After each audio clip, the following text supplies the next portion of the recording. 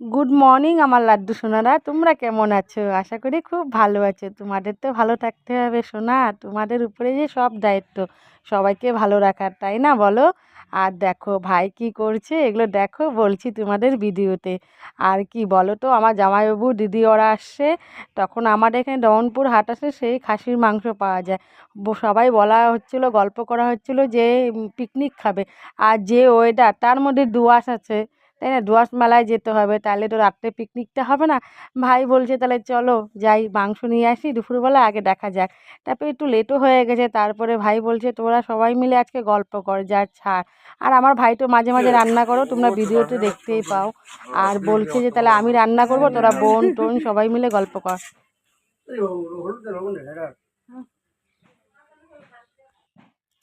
যা আমি আজকে রান্না করব, সব কিছু নিজেই করে নেব, নিজেই পেঁয়াজ টেয়াজ কেটে মশলা বাইটে সব ভিডিওতে দেখতেই পাচ্ছ, সব নিজেই একা করছে। দিদি বলল দে মাংসগুলো আমি ধুয়ে এনে দেবো। বলে না, আমি ধুয়ে আনবো না, থাক, বাকি মাংস কিন্তু কাটবি না। আমার দিদি ভাই আবার মাংস কেটেছে, বলে না না, না কাটলে মাংসের মধ্যে রস টস ঢুকবে না, মশলা ঢুকবে না। আর একটু লেট হয়ে গেছিলো বললাম যে তোমাদের, তার জন্য হচ্ছে মাংসটা প্রেশারে দেওয়া হয়েছিলো, প্রেশারে পছন্দ করে না, একটু ঝোল ঝোল হয়ে গেছে। পরে ওটা শুকনা হবে আর কি, তাই নিয়ে যাবে, নামানো হলো। এদিকে কিন্তু অলরেডি সবাই খেতে বসে পড়েছে, ওই দেখো আমার দিদি ওরা। তারপরে আমিও বসে পড়লাম খেতে। খেতে আর কি বলবো, যা দারুণ হয়েছিল, খুব ঝাল খায়, প্রচণ্ড ঝাল দিয়েছে।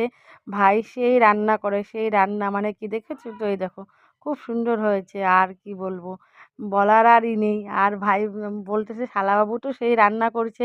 ভিডিওর মধ্যেও এক জায়গায় বললো জামাইবাবু যে আমার শালার এত কষ্ট, যা করছে, একটা মেয়ে আনতেই লাগবে, বিয়া দিতেই লাগবে, বুঝছো তো, এরকম করে বলছে। তারপরে কি সবাই মজা মস্তি গল্প গুজব করতে করতে খেতে খেতে সন্ধ্যায় লেগে গেল। তারপর দেখো ভাই আসছে, সবাই মিলে গল্প করছে। এই ভাইয়ের ক্লিপ নিতে পারিনি, এই আমার বড় ভাই, যে বোনরা, সবাই ভালো থেকো, সুস্থ থেকো, বাই বাই। নতুন ভিডিওতে দেখা হবে।